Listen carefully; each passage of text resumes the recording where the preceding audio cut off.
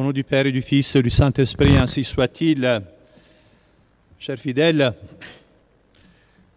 nous vivons une époque qui n'est pas ordinaire. Il y a des événements qui se succèdent, importants, qui risquent de changer la vie de beaucoup de personnes. Je pense à cette dictature sanitaire qui veut imposer partout un vaccin expérimental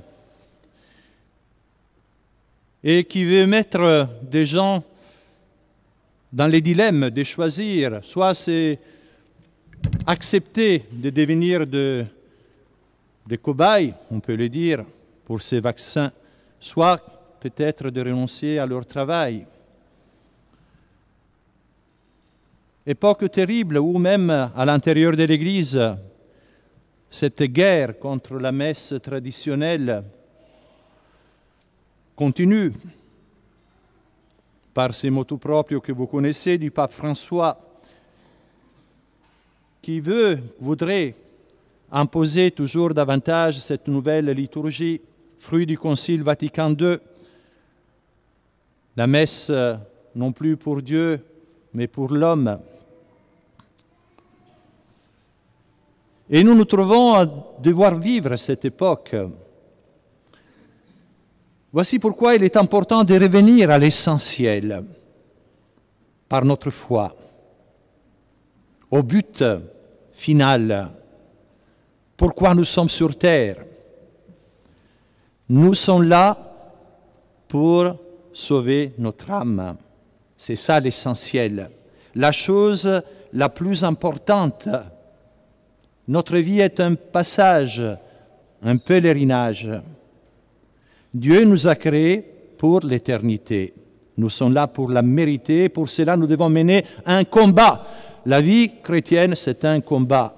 Déjà dans l'Ancien Testament, Job disait « Militia est vita homini super terram ». La vie de l'homme, c'est une milice sur terre. Nous devons lutter à la lumière de la foi pour ne pas perdre confiance, garder l'espérance et agir pour transformer le monde qui nous entoure à la lumière de cette foi qui doit brûler dans nos cœurs, dans nos âmes. Oui, nous sommes là pour décider si, après notre mort, nous serons toujours avec Dieu dans l'éternité bienheureuse, ou alors, hélas, si nous allons perdre notre âme. Jésus disait dans l'Évangile, « À quoi sert à l'homme de gagner le monde entier s'il vient à perdre son âme ?» Et saint Ambroise lui disait aux chrétiens, « Souvenez-vous que vous devez tomber dans l'une de deux éternités. Vous serez soit sauvés, soit damnés éternellement. » Ces pensées doivent remplir notre méditation, car c'est à la lumière de ces vérités de la foi que nous devons vivre et interpréter tous les événements qui nous entourent.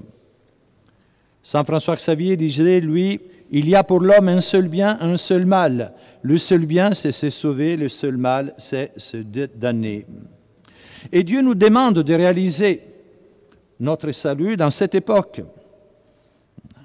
Nous ne sommes pas à l'époque, pas encore, des martyrs des premiers siècles, mais c'est une époque tout de même difficile, qui n'est pas ordinaire. Voici pourquoi nous devons chercher toujours davantage l'essentiel, et l'essentiel, c'est notre Seigneur Jésus-Christ. Nous unir à lui, le mettre au centre de notre cœur, de notre vie, lui faire confiance.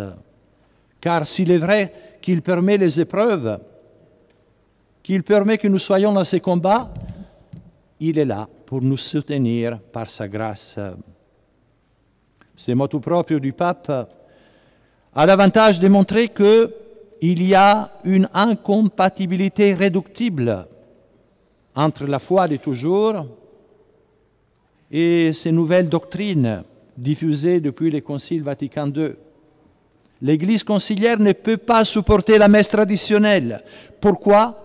Parce que la messe traditionnelle comporte en elle-même l'expression totale de la foi catholique. La messe, c'est la victoire de Jésus sur Satan. C'est le renouvellement non sanglant du sacrifice de la croix.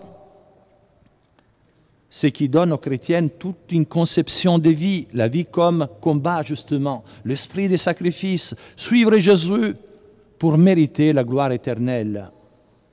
La messe moderne voulue par écuménisme, imprégnée d'esprit protestant, mais l'homme au premier plan. Si cette crise dans la société que nous vivons aujourd'hui montre le vrai visage de la pseudo-démocratie née avec la Révolution française, la démocratie née de droits de l'homme contre les droits de Dieu, cette nouvelle messe, on peut dire, c'est la messe de l'homme et non plus la messe de Dieu. Cette crise dans la société et dans l'Église, ce sont deux aspects différents du même problème. Cette révolution qui veut détruire la foi, détruire l'Église elle-même. Et nous nous trouvons à devoir mener ce combat. Et Dieu nous appelle à prendre tous les moyens licites pour changer cet ordre des choses, en commençant par nous-mêmes. Car si on veut changer le monde, la société, l'Église, il faut se changer soi-même. C'est le premier combat. Ce que l'Évangile d'aujourd'hui nous rappelle. Vous avez médité sur Jésus qui pleure face à la ville de Jérusalem qui sera détruite parce qu'elle n'a pas accepté la visite du Fils de Dieu qui était venu lui apporter le salut. Cette ville de Jérusalem qui sera détruite par l'empereur Vespasien, par l'armée guidée par Tite en 70, en réalisant cette prophétie de notre Seigneur Jésus-Christ. On peut dire que c'est le symbole de l'Europe qui était chrétienne et qui aujourd'hui rejette notre Seigneur Jésus-Christ et qui court à sa destruction. Symbole aussi de l'âme de l'homme qui est appelé au salut par notre Seigneur. Jésus qui nous appelle à le reconnaître par la foi, à conformer notre vie à son enseignement. Jésus qui offre son salut à tout homme, car il est mort pour sauver tous les hommes, et il donne à tous la grâce suffisante pour y parvenir, mais l'âme, hélas, qui peut se fermer à la grâce, et alors courir à sa destruction. Mais nous devons recevoir notre Seigneur Jésus-Christ.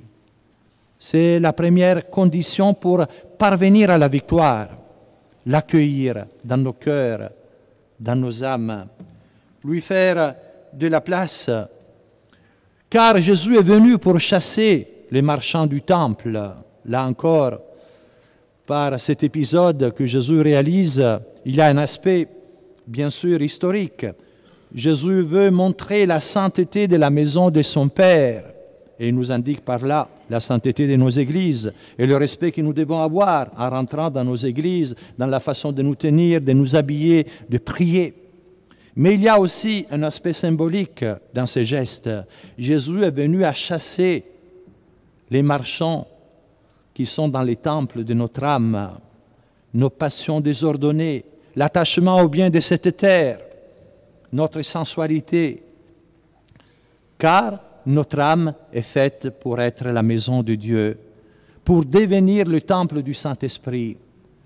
Nous devons accueillir notre Seigneur Jésus-Christ et le laisser agir en nous, le prier d'agir, nous approcher de la Sainte Confession, de la Sainte Communion, pour qu'il puisse mener pour nous ces combats et unir notre âme à lui toujours davantage.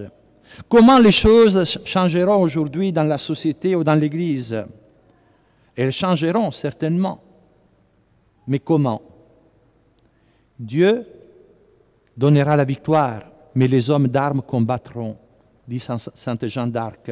Dieu choisira des hommes, nous donnera des moyens pour changer cet ordre des choses. Autrement, ce sera la fin du monde. Mais la Sainte Vierge a promis à Fatima, à la fin, mon cœur immaculé triomphera. Donc, les choses vont changer. Comment? Par des âmes totalement données à notre Seigneur Jésus-Christ, des âmes saintes, de chefs, qui qui seront menés les combats de Dieu pour établir dans l'Église et dans la société l'ordre chrétien. Eh bien, nous devons nous disposer à cela. Vaincre ces combats nous-mêmes, nous unir davantage à notre Seigneur Jésus-Christ et garder cette foi, cette confiance, malgré les épreuves, car Dieu, c'est lui qui tient les rênes de l'histoire. Alors, demandons à la Vierge Marie qu'elle nous donne cette confiance, cet abandon. Essayons de vivre dans les moments présents, en faisant face aux difficultés jour après jour, en comptant sur la grâce de Dieu. Dieu permet des épreuves. Pour chasser les marchands du temple, il faut des épreuves. Il faut la croix de Jésus pour instaurer l'ordre chrétien. Mais avec la croix, il y a sa grâce. C'est l'épître de Saint Paul d'aujourd'hui. Dieu est fidèle, ne permettra jamais que nous soyons tentés au-dessus de nos forces. Donc, confiance. Chaque jour, sa peine, chaque jour, sa grâce. Et Dieu nous montrera ce qu'il faudra faire dans le futur même immédiat. Si nous le prions, si nous cherchons à le mettre à la première place dans notre cœur, dans notre vie. Alors demandons à la Sainte Vierge cette grâce. Elle qui était vraiment imprégnée de cet abandon à Dieu, même dans les moments les plus difficiles de sa vie, au pied de la croix. C'était cette espérance qui régnait dans son âme et qui l'a pacifiée profondément. Toutes ces épreuves ne doivent pas atteindre la paix qui doit régner dans le fond de notre âme, car si elle est unie à Dieu, elle sait que c'est Dieu qui gère les événements. Et nous sommes dans ses mains, car Dieu est tout-puissant et nous aime. Ainsi soit-il. Au nom du Père et du Fils et du Saint-Esprit, ainsi soit-il.